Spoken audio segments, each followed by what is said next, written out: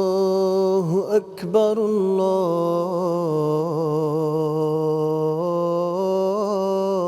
الله أكبر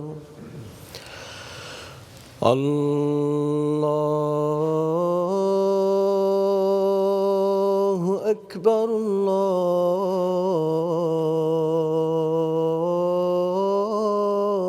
الله أكبر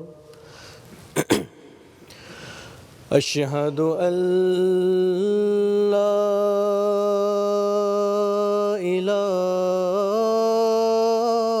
إله إلا الله أشهد أن لا إله إلا الله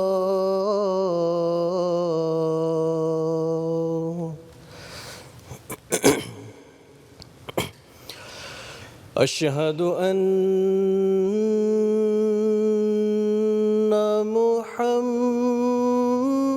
محمدًا رسول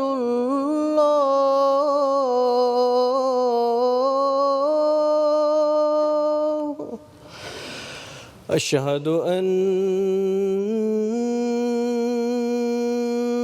محمدًا رسول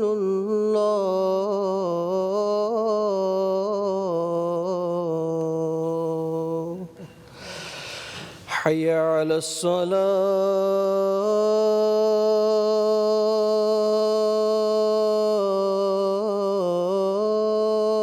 الصلاة حي على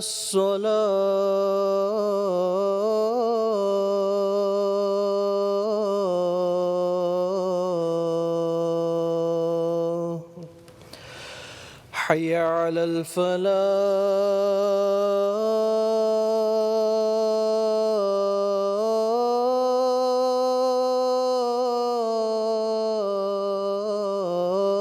الفلاح حي على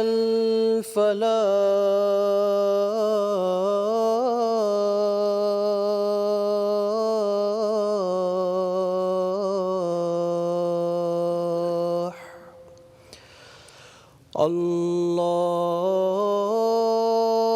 الله أكبر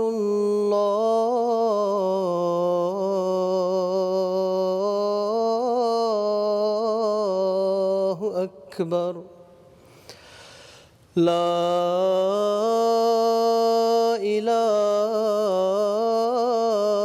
إله إلا الله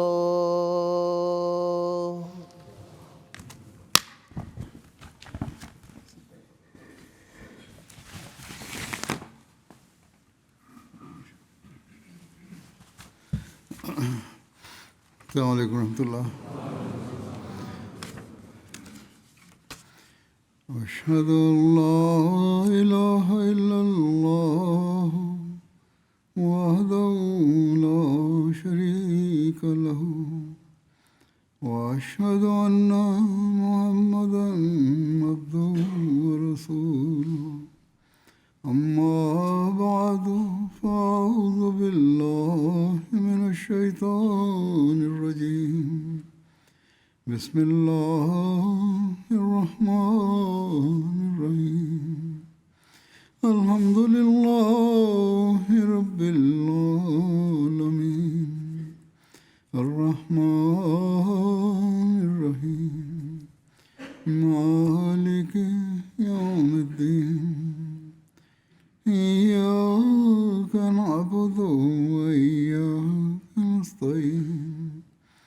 اهدنا الصراط المستقيم صراط الذين أنعمت عليهم غير المغضوب عليهم ولا الضالين.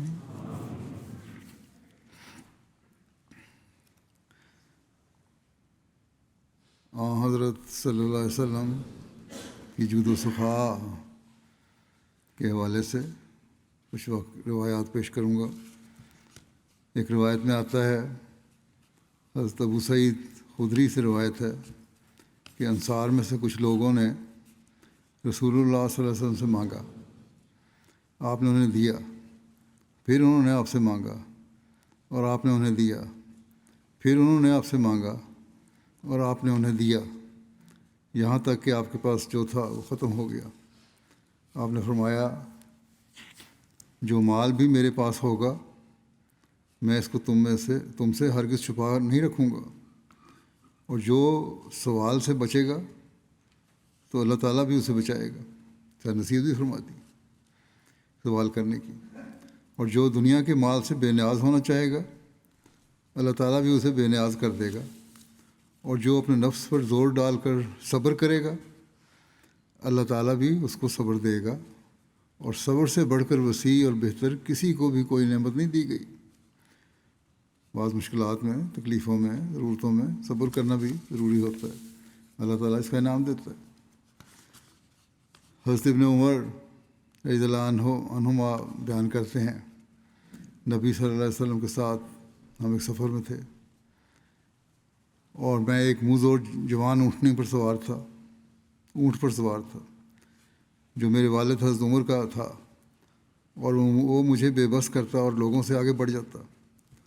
حضرت عمر اسے ڈانٹتے، یعنی اس اونٹ پہ سختی کرتے، روکتے، اس کو آواز دیتے اور پیچھے کر دیتے، مارتے ہوں گے یا کچھ ڈراتے ہوں گے. بہرحال جو بھی طریقہ ہوتا ہے اونٹوں کو چلانے کا اس کے مطابق انہوں نے اس کو کہتے اور وہ اونٹ پیچھے ہو جاتا.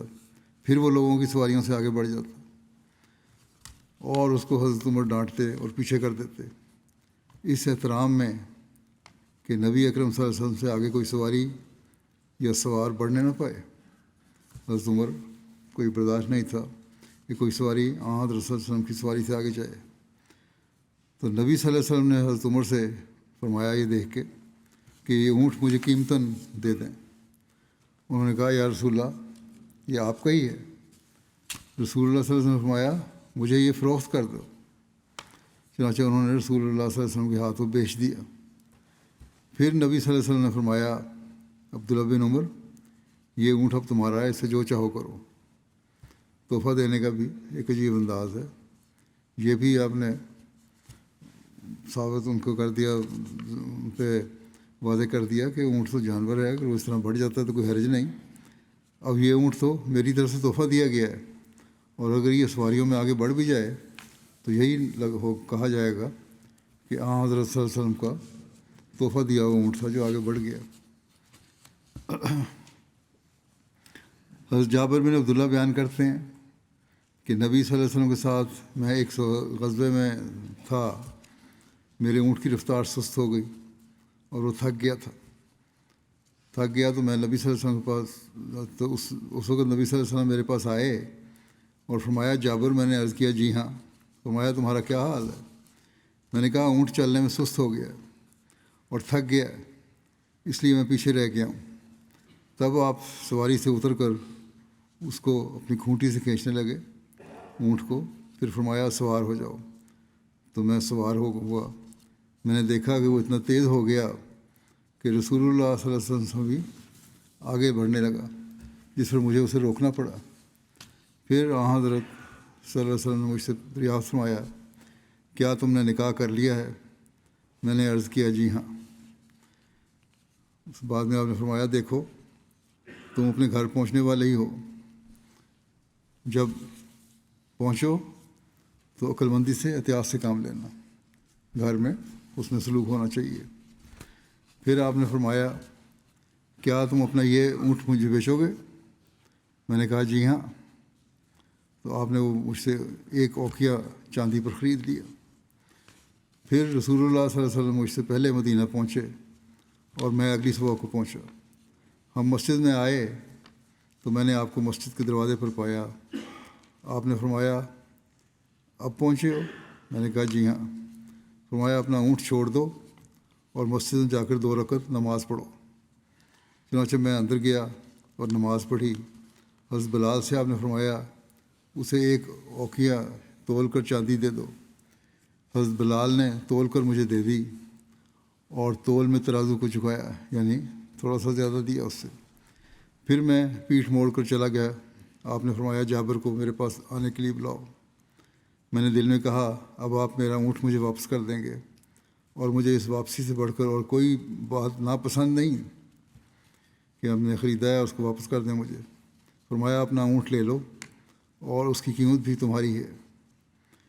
ایک اور روایت میں یہ بھی ہے کہ حضرت جابر بیان کرتے ہیں کہ اس کے بعد میں ایک یہودی کے پاس سے گزرا، اور جب میں نے یہ سارا واقعہ اس کو بتایا تو وہ انتہائی متعجب ہو کر کہنے لگا کیا انہوں نے قیمت بھی واپس کر دی اور اونٹ بھی تمہیں دے دیا؟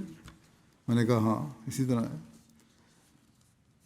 وہ کہتے ہیں کہ حضرت صلی اللہ علیہ وسلم کی طرف سے دیے گئے اس تحفے میں اتنی برکت پڑی کہ اونٹ عہد نبوی اور حضرت ابوبکر کے عہد اور حضرت عمر کے زمانے تک زندہ رہا۔ آپ کے نمونے، آپ کی تربیت اور آپ کی قوت قدسی کا اثر تھا جو سب صحابہ پہ تھا۔ حضرت ختیجہ رضی اللہ عنہا پہ بھی یہ اثر تھا، اور اسی وجہ سے آپ نے بغیر کسی تنگی کے خوف سے اپنا مال آپ کے سپرد کر دیا۔ چنانچہ بیان کیا جاتا ہے کہ رسول اللہ صلی اللہ علیہ وسلم حضرت خدیجہ کے پاس تشریف لائے اور آپ کچھ متفکر تھے۔ حضرت خدیجہ نے آپ سے پوچھا کہ کیا ہوا؟ آپ نے فرمایا کہ زمانہ قحط کا ہے، مجھے تم سے شرم آتی ہے کہ اگر میں نے مال خرچ کیا تو تمہارا مال ختم ہو جائے گا، اور اگر میں خرچ نہ کروں تو میں اللہ سے ڈرتا ہوں۔ حضرت خدیجہ نے قریش کو بلایا اور ان میں حضرت ابوبکر صدیق بھی تھے۔ حضرت ابوبکر بیان کرتے ہیں کہ حضرت خدیجہ نے دینار نکالے اور ان کا ڈھیر لگا دیا، یہاں تک کہ مال کی کثرت کی وجہ سے میں یہ نہیں دیکھ پا رہا تھا کہ میرے سامنے کون بیٹھا ہے۔ پھر حضرت خدیجہ نے کہا تم گوارا ہو، یہ سارا مال حضرت صلی اللہ علیہ وسلم کا ہے، اگر وہ چاہیں تو اسے خرچ کر دیں اور اگر چاہیں تو اسے اپنے پاس رکھ لیں۔ انہوں نے دے دیا آپ کی فکر دور کرنے کے لیے کہ ٹھیک ہے آپ خرچ کریں۔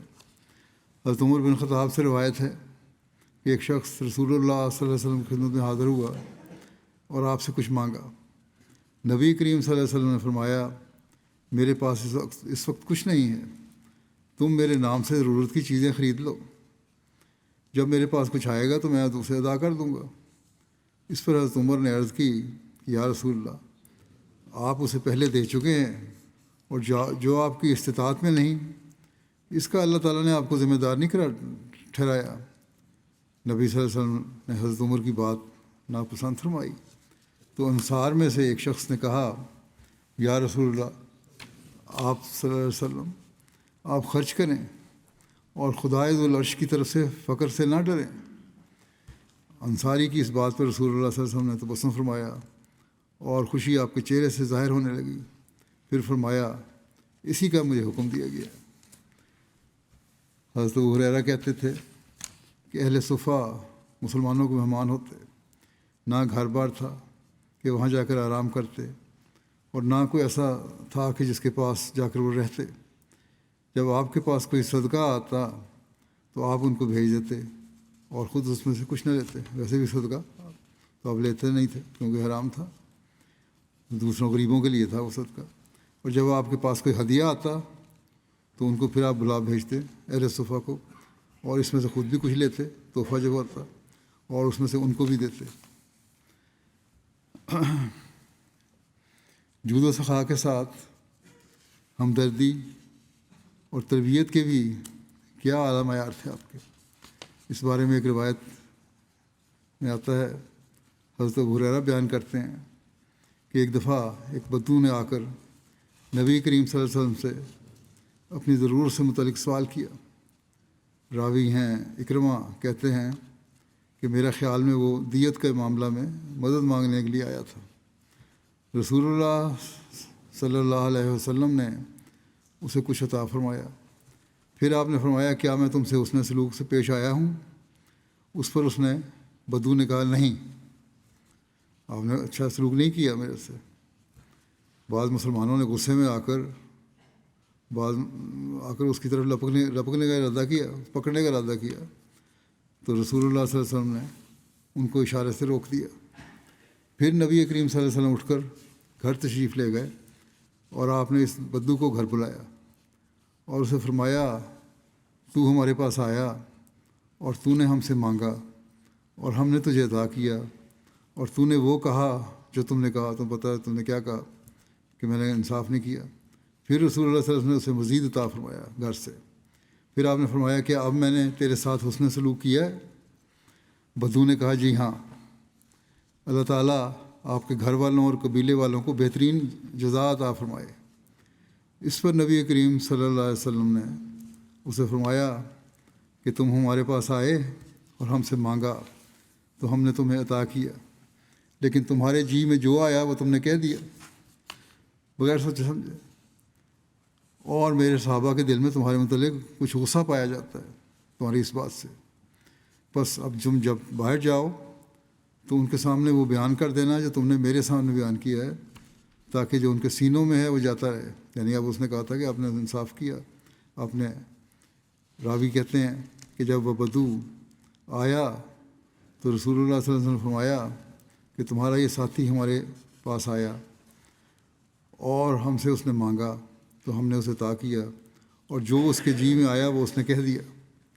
ہم نے اسے بلایا اور مزید عطا کیا، اور اس کا کہنا ہے کہ وہ اب خوش ہو گیا ہے۔ کیا ایسا ہی ہے؟ اس بدو نے جواب دیا کہ جی ہاں، اور اللہ آپ کو گھر اور قبیلے والوں کی طرف سے جزائے خیر عطا فرمائے۔ حضرت ابو ہریرہ بیان کرتے ہیں کہ اس پر نبی کریم صلی اللہ علیہ وسلم نے فرمایا میری اور اس بدو کی مثال اس شخص کی طرح ہے جس کی اونٹنی ہو اور وہ بدک کر بھاگ جائے اور لوگ اس کے پیچھے دوڑیں جس سے وہ اونٹنی مزید بدک جائے۔ اس پر اونٹنی کا مالک کہے کہ مجھے اور میری اونٹنی کو چھوڑ دو، کیونکہ میں اس کے ساتھ زیادہ نرمی کے ساتھ سلوک کرنے والا ہوں اور اس کا زیادہ علم رکھتا ہوں کس طرح اونٹنی کو پکڑنا ہے۔ تم اس کے پیچھے دوڑو گے وہ اور بدکے گی۔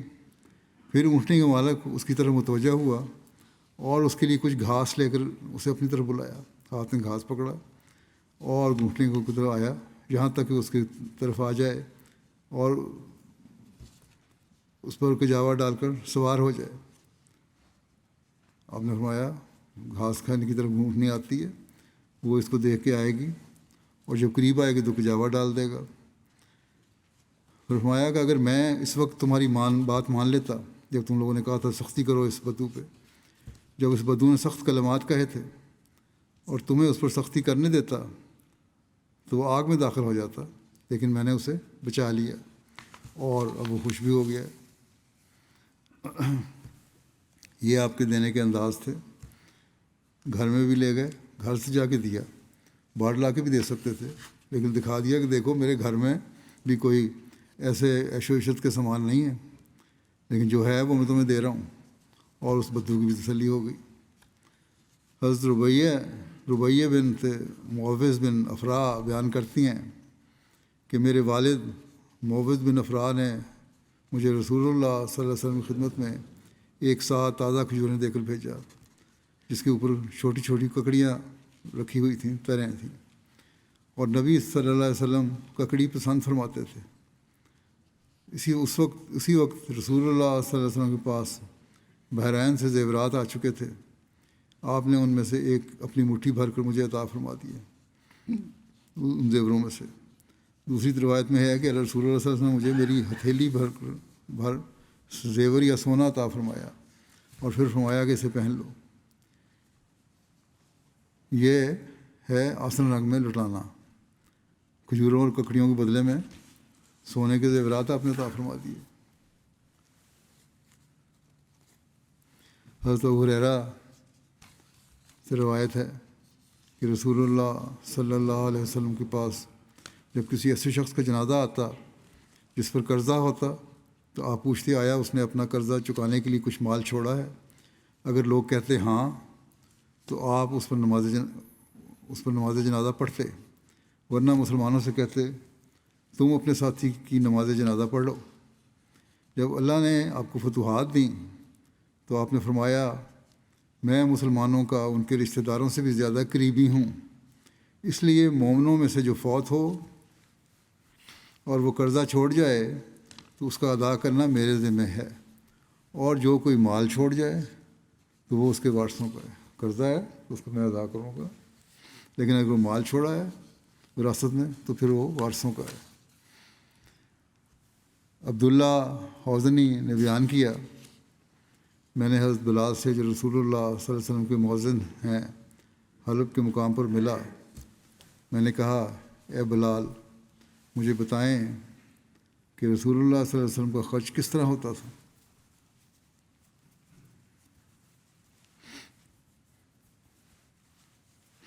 انہوں نے کہا کہ آپ کے پاس کچھ نہیں ہوتا تھا، میں ہی آپ کی طرف سے انتظام کرتا تھا۔ جب آپ کو اللہ تعالیٰ نے مبعوث فرمایا اس وقت سے جب سے میں نے بیعت کی اور میں ہی انتظام کرتا تھا، یہاں تک کہ رسول اللہ صلی اللہ علیہ وسلم کی وفات ہو گئی۔ جب آپ کے پاس کوئی مسلمان آتا اور آپ دیکھتے کہ اس کے پاس لباس نہیں ہے تو آپ مجھے حکم دیتے، میں جاتا اور قرض لے کر اس کے لیے چادر خریدتا اور اسے پہناتا اور اسے کھانا کھلاتا، یہاں تک کہ مشرکین میں سے ایک آدمی مجھے ملا اور اس نے کہا کہ اے بلال میرے پاس مال کی فراخی ہے، تم صرف مجھ سے قرض لیا کرو۔ پھر میں ایسا ہی کرتا رہا۔ کہتے ہیں ایک دن میں نے وضو کیا، پھر میں اذان دینے کے لیے کھڑا ہوا تو وہی مشرک تاجروں کی جماعت کے ساتھ آ پہنچا۔ جب اس نے مجھے دیکھا تو کہنے لگا اے حبشی، میں نے کہا جی۔ اس نے میری طرف کراہت سے دیکھا اور مجھے سخت الفاظ سے مخاطب کیا۔ مجھے کہنے لگا کیا تم جانتے ہو کہ تمہارے درمیان اور مہینے کے درمیان کتنے دن باقی ہیں؟ یعنی جو معاہدہ کیا تھا قرض لینے کا، بتایا تھا کہ فلاں تاریخ تک ادا کر دوں گا یا 1 مہینے میں ادا کر دوں گا، تو اس نے کہا کہ تم پتہ ہے کتنے دن باقی رہ گئے ہیں؟ حضرت بلال کہتے ہیں کہ میں نے کہا کہ وہ قریب دن آ گئے ہیں، مجھے پتہ ہے۔ تو اس نے کہا تیرے اور اس کے درمیان صرف 4 دن باقی ہیں۔ یہ قرضہ ادا کرنے کا جو دن شرط مقرر ہوئی ہے اس میں صرف 4 دن باقی ہیں، اور جو تمہارے ذمہ ہے اس کی وجہ سے میں تمہیں پکڑوں گا اور تمہیں دوبارہ اس حالت میں لوٹا دوں گا کہ تو بھیڑ بکریاں چرائے گا جیسا کہ تو اس سے پہلے تھا۔ تو کہتے ہیں کہ میرے دل میں وہ حالت پیدا ہوئی جو لوگوں کے دل میں ہوتی ہے۔ حضرت بلال کہتے ہیں بڑی رکت کی حالت پیدا ہو گئی، یہاں تک کہ میں نے عشاء کی نماز پڑھی۔ رسول اللہ صلی اللہ علیہ وسلم اپنے گھر والوں کے پاس واپس تشریف لائے۔ میں نے آپ کے پاس آنے کے لیے اجازت چاہی، آپ نے مجھے اجازت دی۔ رات کو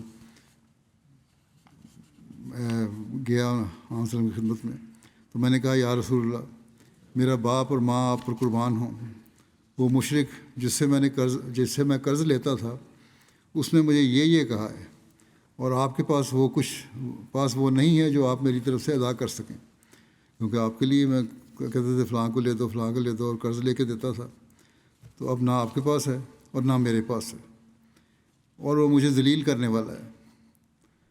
مجھے اجازت دیجیے کہ میں ان قبائل میں سے کسی قبیلے کی طرف جو مسلمان ہو گئے ہیں چلا جاؤں، یہاں تک کہ اللہ تعالیٰ اپنے رسول صلی اللہ علیہ وسلم کو وہ عطا فرما دے جو میری طرف سے ادا ہو جائے۔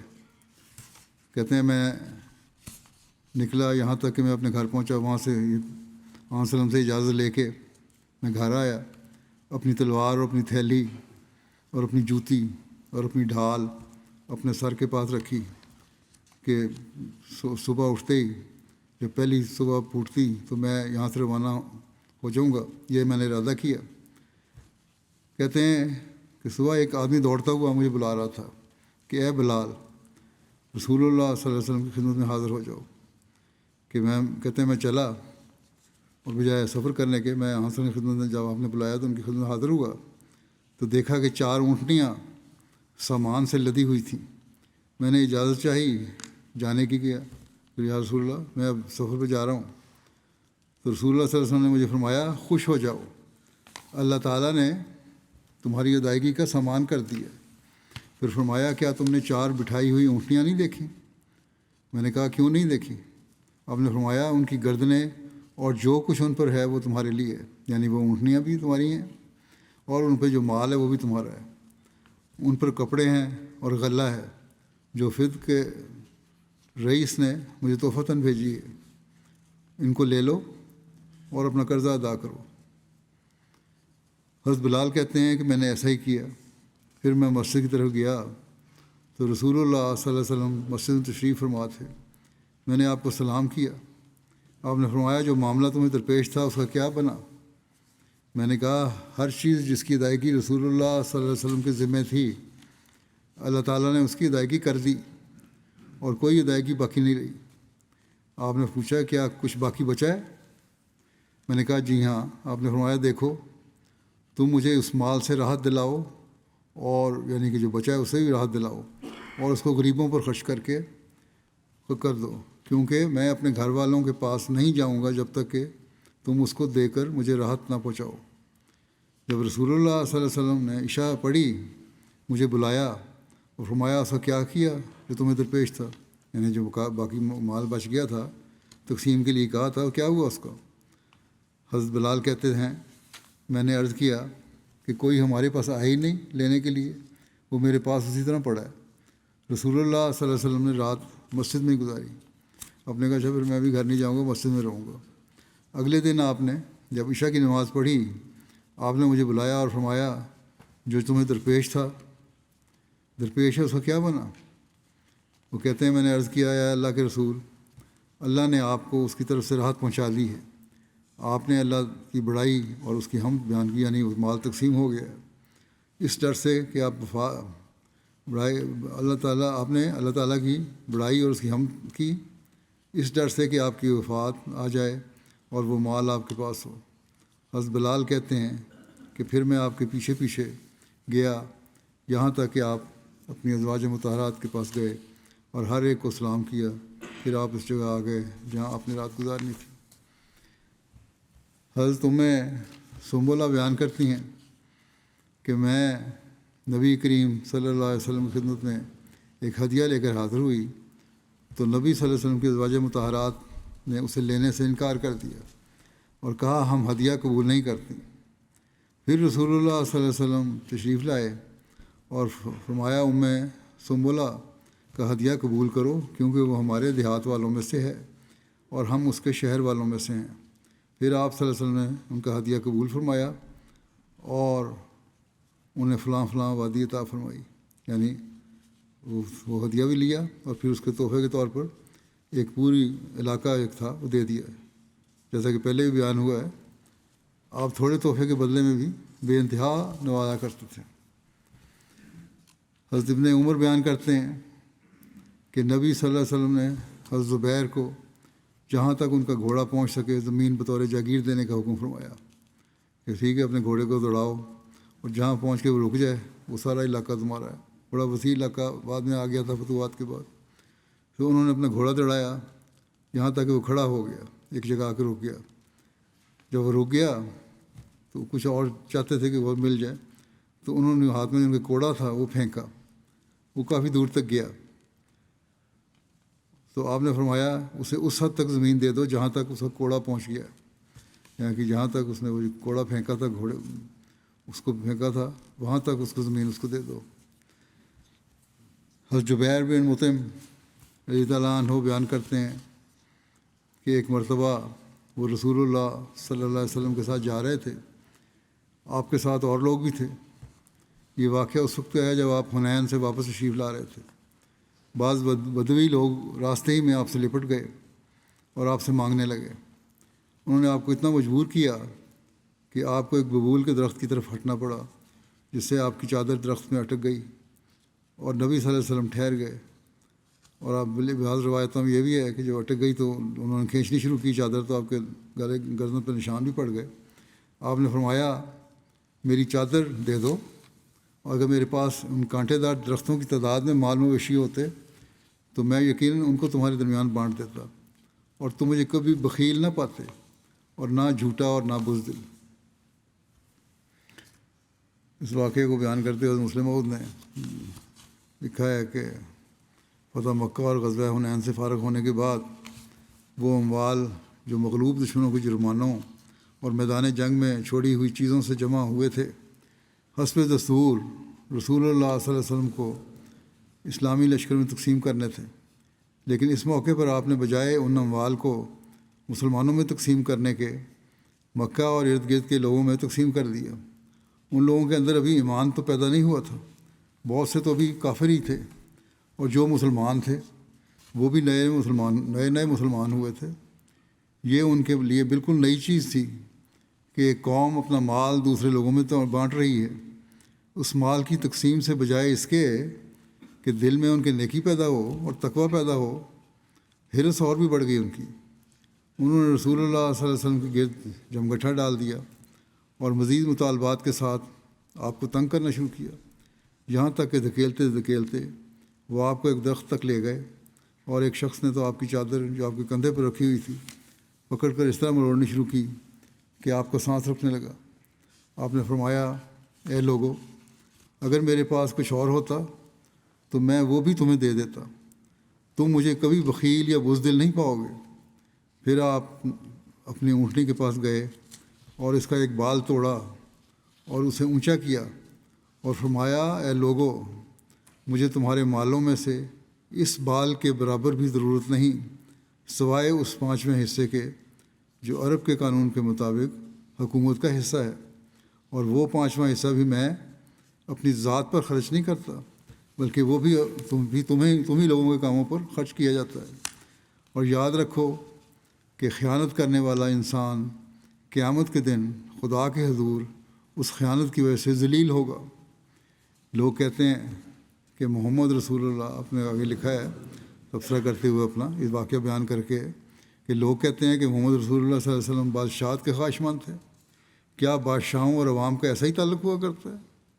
کیا کسی کی طاقت ہوتی ہے کہ بادشاہ کو اس طرح دھکیلتا ہوا لے جائے اور اس کے گلے میں پٹکا ڈال کر اس کو گھونٹنے لگے؟ اللہ کے رسولوں کے سوا یہ نمونہ کون دکھا سکتا ہے؟ آپ صلی اللہ علیہ وسلم کو غزوہ تبوک میں ایک خوبصورت گھوڑا حاصل ہوا جس کی آواز آپ صلی اللہ علیہ وسلم کو بہت اچھی لگتی تھی۔ پھر آپ سے ایک انصاری نے کہا کہ میرے ماں باپ آپ پر قربان ہوں، آپ یہ گھوڑا مجھے عطا کر دیں۔ آپ صلی اللہ علیہ وسلم نے فرمایا، یہ تمہارا ہوا۔ حضرت عائشہ رضی اللہ عنہا بیان کرتی ہیں کہ رسول اللہ صلی اللہ علیہ وسلم نے اپنی اس بیماری میں جس میں آپ کی وفات ہوئی فرمایا، اے عائشہ، سونے کا کیا بنا؟ وہ سونے کے 5 یا 7 یا 8 9 سکے آپ کی خدمت میں لے کر آئیں، گھر میں موجود تھے۔ آپ نے ان کو اپنے ہاتھ میں الٹتے ہوئے فرمایا، محمد صلی اللہ علیہ وسلم کا اللہ تعالیٰ کے بارے میں کیا گمان ہوگا کہ وہ اللہ سے ملے اور یہ سونا اس کے پاس ہو؟ اے عائشہ، انہیں خرچ کر دو، یعنی بانٹ دو۔ یہ حضرت مسیح علیہ السلام ایک جگہ فرماتے ہیں کہ حضرت صلی اللہ علیہ وسلم نے ایک دفعہ اپنے گھر میں آ کر پوچھا کہ ہمارے گھر میں کیا ہے؟ عائشہ نے 2 اشرفیاں نکال کر دیں اور کہا کہ یہی ہیں۔ حضور صلی اللہ علیہ وسلم نے ہتھیلی پر رکھ لیں اور کہا، کیا حال ہے اس نبی کا جو پیچھے 2 اشرفیاں چھوڑ جائے، اور پھر اسی وقت تقسیم کر دیں۔ حنین کے مال غنیمت کی تفصیل بیان ہوا ہے کہ 6000 غلام اور لونڈیاں ملی وہاں مال غنیمت میں۔ بعض روایات میں 8000 بھی بیان کیا جاتا ہے۔ 24000 اونٹ ملے، 40000 سے زائد بھیڑ بکریاں، اور 4000 اوقیہ چاندی جو قریباً 490 کلو گرام بنتی ہے۔ ایک اوقیہ 10.5 تولے کا برابر ہوتا ہے۔ آپ صلی اللہ علیہ وسلم نے فرمایا، مال غنیمت تقسیم کرنے کی ابتدا آپ صلی اللہ علیہ وسلم نے مال غنیمت تقسیم کرنے کی ابتدا کی تو آغاز تالیف قلبی سے کیا۔ یہ عرب کے بڑے لوگ تھے اور اپنے اپنے قبیلوں میں شرف و بزرگی کا مقام رکھتے تھے۔ آپ نے ان کو مانوس کرنے کے لیے عطایا دیے۔ آپ نے ان میں سے کسی کو 100 اونٹ دیے، کسی کو 50 اونٹ دیے۔ چاندی اور غلام اس کے علاوہ تھے۔ ابو سفیان بن حرب کو 1 اونٹ دیے، 100 اونٹ دیے۔ ابو سفیان جب رسول اکرم صلی اللہ علیہ وسلم کی خدمت میں حاضر ہوئے تو آپ صلی اللہ علیہ وسلم کے سامنے چاندی کا ڈھیر لگا ہوا دیکھ کر کہنے لگے، یا رسول اللہ، آپ تو قریش میں سب سے زیادہ مالدار ہو گئے ہیں۔ تو آپ مسکرا دیے اور ابو سفیان کو 44 اوقیہ چاندی اور 100 اونٹ دیے۔ ابو سفیان نے کہا، میرے بیٹے یزید کو بھی عطا فرمائیں۔ آپ نے ان کے لیے بھی 40 اوقیہ چاندی اور 100 اونٹ دیے جانے کا ارشاد فرمایا۔ یہ یزید ابو سفیان کا بیٹا تھا، جس کو جو بدنام زمانہ یزید جس کے متعلق کہا جاتا ہے، وہ بیٹا نہیں، وہ ابو سفیان کا پوتا تھا، یعنی حضرت معاویہ کا بیٹا تھا وہ۔ بہرحال ابو سفیان کہنے لگے، یا رسول اللہ، میرے دوسرے بیٹے معاویہ کو بھی کچھ دیں۔ آپ نے ان کے لیے بھی 40 اوقیہ چاندی اور 100 اونٹ دینے کا ارشاد فرمایا۔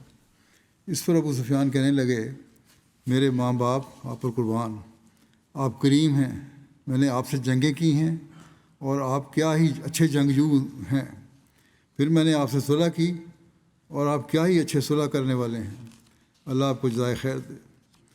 آپ صلی اللہ علیہ وسلم کی بخشش و عطا سے فیض یاب ہونے والوں میں سے مکے کا ایک سردار صفوان بن امیہ بھی تھا۔ یہ وہی صفوان تھا جس سے آپ صلی اللہ علیہ وسلم نے غزوہ حنین کے لیے زرہیں اور ہتھیار مستعار لیے تھے، اور یہ مشرک ہونے کی حالت میں ہی غزوہ حنین میں بھی شامل ہوا تھا، لیکن اسی جنگ میں ہی اس کے دل کی کایا پلٹنے لگی، اور جب مال غنیمت کی تقسیم کا وقت آیا تو آپ نے اس کو 100 اونٹ عطا فرمائے، اور صحیح مسلم کی روایت کے مطابق 300 اونٹ عطا فرمائے۔ ایک اور روایت ہے کہ انہی دنوں میں نبی اکرم صلی اللہ علیہ وسلم ایک گھاٹی سے گزرے جس میں مال غنیمت کے اونٹ اور بکریاں تھیں، اور وہ وادی ان اونٹوں اور بکریوں سے بھری ہوئی تھی۔ صفوان اس قدر مال دیکھ کر حیرت زدہ ہو کر دیکھنے لگا، تو آپ صلی اللہ علیہ وسلم نے فرمایا، اے ابو وہب، یہ صفوان کی کنیت تھی، اس گھاٹی نے تجھے تعجب میں ڈال دیا؟ اس نے کہا، جی ہاں۔ آپ نے فرمایا، یہ سارا مال تمہارا ہوا، تم لے لو۔ صفوان نے بے ساختہ کہا کہ میں گواہی دیتا ہوں کہ آپ اللہ کے نبی ہیں، کیونکہ اس طرح کی عطا کوئی نبی ہی کر سکتا ہے۔ ایک دوسری روایت کے مطابق صفوان بن امیہ خود بیان کرتے ہیں کہ آپ نبی صلی اللہ علیہ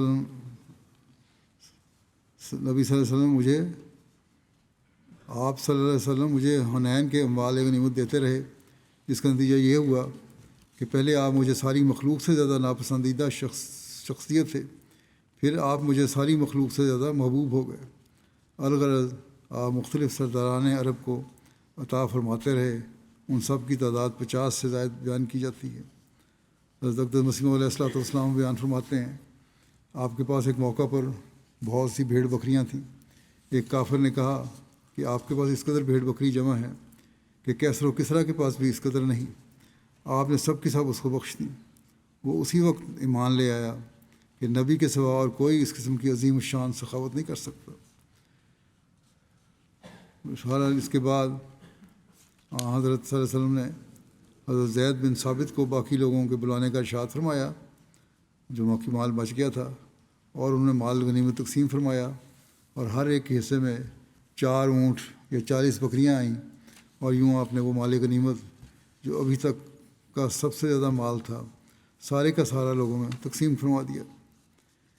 حضرت صلی اللہ علیہ وسلم کی سیرت کا یہ پہلو قابل غور ہے کہ مخالفین آپ اور آپ کی جنگوں کے متعلق یہ الزام لگاتے ہیں کہ مسلمان غریب اور مال و دولت سے محروم تھے، اس لیے جنگیں شروع کی گئیں۔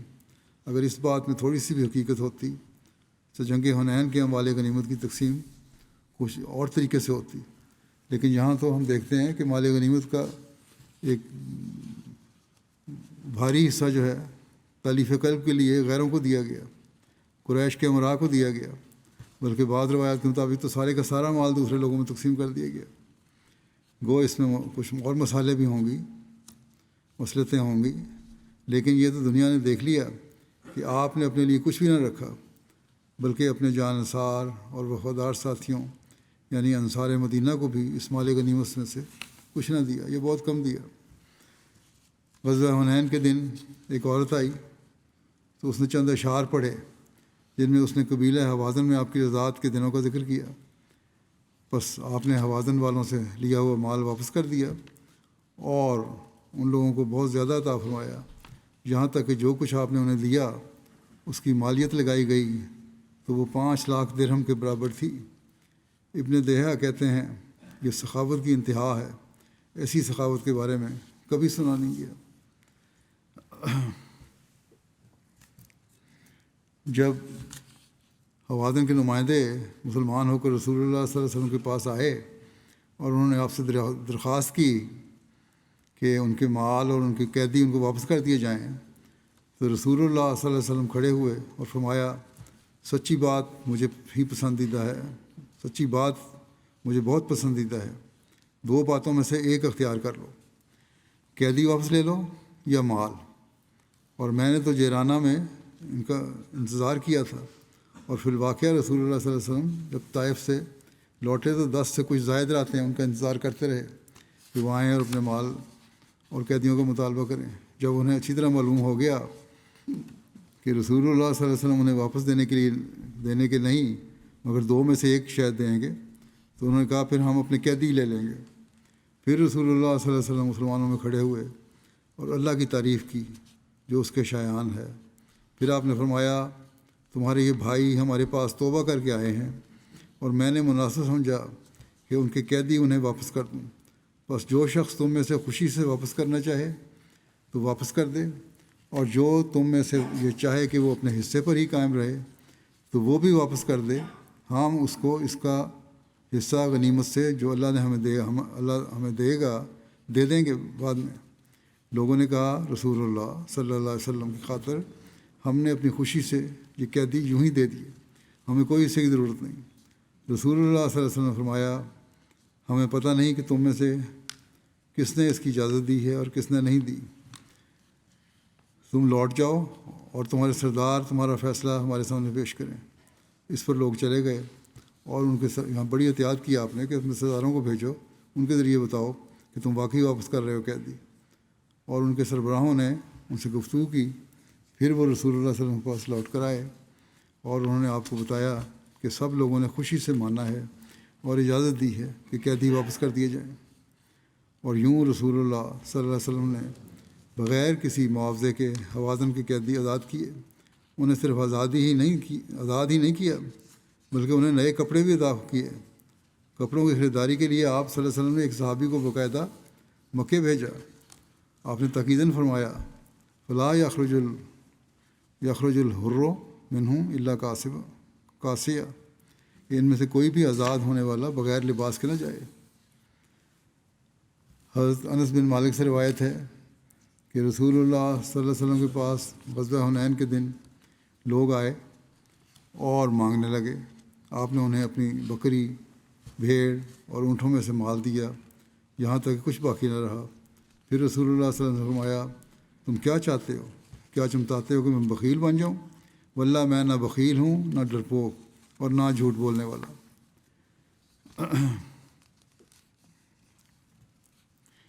اس پہلو سے ہم یہ بھی دیکھتے ہیں کہ آپ صلی اللہ علیہ وسلم کا جود و سخا بھی بے محال نہیں ہوا کرتا تھا۔ اس میں کوئی شک نہیں کہ آپ مانگنے والوں کو دیا کرتے تھے اور کبھی انکار نہیں فرماتے تھے، لیکن کبھی کبھی آپ صلی اللہ علیہ وسلم نے مانگنے والوں کو حکیمانہ انداز میں روکا بھی ہے، اور اس میں کئی مسالے کار فرما ہوا کرتے تھے۔ مثلاً ایک مرتبہ آپ صلی اللہ علیہ وسلم اموال تقسیم فرما رہے تھے اور لوگوں کو دیے جا رہے تھے، اور ایک شخص کو نظر انداز فرما رہے تھے اور اس کو کچھ نہیں دیا۔ حضرت سعد بن وقاص بیان کرتے ہیں کہ وہ شخص مجھے ان دوسرے لوگوں سے زیادہ پسند تھا اور میں چاہتا تھا کہ اس کو ملے بجائے دوسروں کے، تو میں نے کہا یا رسول اللہ آپ نے فلاں کو کیوں چھوڑ دیا؟ بخدا میں تو اسے مومن سمجھتا ہوں۔ آپ صلی اللہ علیہ وسلم نے فرمایا یا مسلم۔ حضرت سعد کہتے ہیں کہ میں اس پر تھوڑی دیر خاموش رہا، پھر جو کچھ میں نے اس کے متعلق جانتا تھا اس نے پھر مجھے مجبور کیا اور میں نے اپنی بات دہرائی اور عرض کیا آپ نے فلاں کو چھوڑ دیا ہے، بخدا میں تو اسے مومن ہی سمجھتا ہوں۔ آپ نے فرمایا یا مسلم۔ پھر جو کچھ میں اس کے متعلق جانتا تھا اس نے مجھے مجبور کیا اور میں نے اپنی بات دہرائی اور رسول اللہ صلی اللہ علیہ وسلم نے وہی جواب دیا۔ اس کے بعد آپ صلی اللہ علیہ وسلم نے فرمایا اے سعد، میں ایک شخص کو دیتا ہوں مبادہ کہ اللہ تعالیٰ اسے آگ میں نہ گرا دے، حالانکہ وہ دوسرا شخص مجھے اس سے زیادہ پیارا ہوتا ہے۔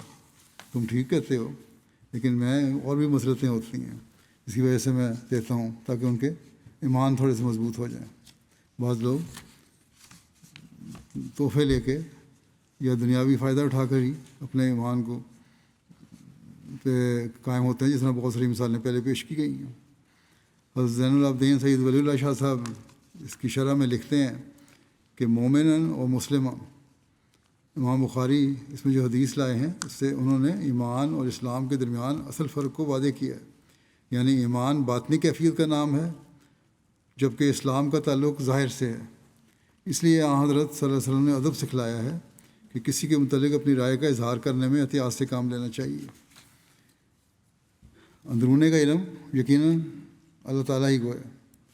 جس صحابی کو آپ نے دینا مناسب نہ سمجھا وہ حضرت جویل بن سراقہ مخلص مہاجر تھے۔ حضرت صلی اللہ علیہ وسلم بھی ان سے محبت رکھتے تھے، مگر باوجود اس کے آپ نے حضرت سعد کے بار بار زور دینے پر انہیں یہ ادب سکھلایا اور اس فرق کو محفوظ رکھنے کی تعلیم دی جو در حقیقت ایمان اور اسلام کے درمیان ہے۔ اس واقعے سے معلوم ہوتا ہے کہ حضرت صلی اللہ علیہ وسلم نے کمزور لوگوں کو بھی خیال رکھنے کی تعلیم دی ہے، تا ایسا نہ ہو کہ وہ اپنی کمزوری کی وجہ سے ٹھوکر کھائیں۔ ایک کمزور پودا جس نگرانی کا محتاج ہوتا ہے، بڑا درخت اس قدر محتاج نہیں ہوتا۔ حضرت صلی اللہ علیہ وسلم نے لوگوں کے ایمان کو ٹھوکر سے بچانے کے لیے ذرا سی بات کا خیال رکھا۔ اس عمر میں بعض نادان لوگ بہت غلط رویہ اختیار کرتے ہیں، نہ صرف یہ کہ ایک ٹھوکر کھانے والے انسان کو ہر ایسے عمر سے بچائے رکھیں جو ٹھوکر کا موجب ہوتا ہے، وہ خود اس کی ٹھوکر کا باعث بن جاتے ہیں، اور بجائے مشفقانہ رویہ اختیار کرنے کے ان کمزوروں کے ایمان پر علی اعلان حملہ کرتے ہیں۔ یہ بعض لوگوں کی عادت ہوتی ہے، اور اس طرح ان کو اور دھکا دے دیتے ہیں، کمزور ایمان اور زیادہ پیچھے ہٹ جاتا ہے۔ بس یہ چیز ہمیں یاد رکھنی چاہیے۔ حضرت صلی اللہ علیہ وسلم اس عمر میں اس قدر احتیاط سے کام لیتے کہ دوسرے کے سامنے کسی کے ایمان کی خاص طور پر تعریف کرنے سے بھی منع فرماتے تھے، نہ صرف اس لیے کہ بعض وقت منہ پر تعریف کرنا اس شخص کے لیے نقصان کا موجب ہوتا ہے جس کی تعریف کی جاتی ہے، بلکہ ایک قسم کے مقابلے سے بعض وقت گویا دوسرے کے ایمان اور رویے پر بھی حملہ ہوتا ہے۔ آپ نے اس ایک واقعے میں 4 سبق سکھلائے ہیں۔ شاہ لکھتے ہیں کہ 4 سبق یہ ہیں کہ اسلام و ایمان میں فرق، کہ اسلام میں لانے میں اور ایمان لانے میں کیا فرق ہے۔ ایک ظاہری چیز ہے، ایک دل کا معاملہ ہے۔ نمبر 2 یہ ہے کہ الفاظ کا بر محل استعمال کرنا، کہ کس طرح موقع پر کون سا لفظ استعمال کرنا ہے۔ پھر تیسری چیز یہ ہے کہ مؤلفۃ القلوب کا خیال رکھنا، یعنی تالیف قلب کی طرف کے حساب سے دیکھنا کس سے کس کو کیا فائدہ ہوتا ہے، کسی کی بے سوچے سمجھے۔ پھر چوتھی بات یہ کسی کی بے سوچے سمجھے ایسے طور سے تعریف نہ کرنا کہ دوسروں کے ایمان یا رویے پر حملہ ہو۔ حضرت صلی اللہ علیہ وسلم کی زندگی کا ایک واقعہ حکمت و اصلاح کا خزانہ ہے۔ حضرت اقدس مسیح موعود علیہ السلام فرماتے ہیں کہ حضرت صلی اللہ علیہ وسلم کے اخلاق فاضلہ کا بیان کرتے ہوئے آپ نے فرمایا کہ ان میں کمال درجے کا اعتدال پایا جاتا تھا، اور ہر خلق اپنے اپنے محل اور موقع پر ظاہر ہوتا تھا، اور ان اخلاق فاضلہ میں آپ صلی اللہ علیہ وسلم کی سخاوت بھی فی محلے ہی تھی، موقع محل کے حساب سے تھی، اور اظہار بھی فی محلے ہی تھا، اور کرم بھی فی محلے ہی تھا۔ آپ کی جد و سخا بے شمار واقعات ہیں، انہی میں ہمیں آپ کے خلق کے دوسرے پہلو بھی نظر آتے ہیں۔ بہرحال جس طرح آپ کی تعلیم متوازن ہے، آپ کا ہر عمل بھی اس کے مطابق متوازن تھا۔ اللہ تعالیٰ ہمیں بھی آپ کی سیرت کے ہر پہلو پر غور کرنے اور عمل کرنے کی توفیق عطا فرمائے۔ آپ کے اصولوں پر عمل کرنے کی کوشش کرتے ہوئے اپنی زندگیوں کو اللہ تعالیٰ کی رضا کے مطابق ہم چلانے والے ہوں۔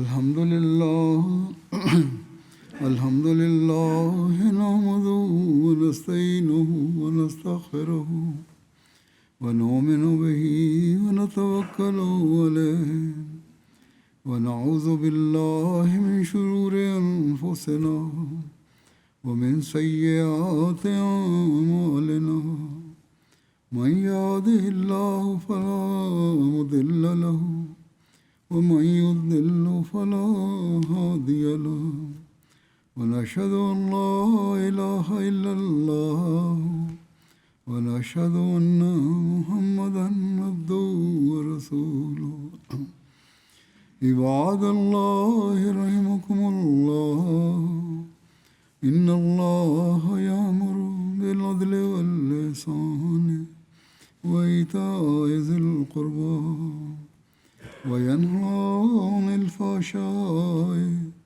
والمنكر والبغي يعظكم لعلكم تذكرون اذكروا الله يذكركم وادعوه يستجب لكم ولذكر الله أكبر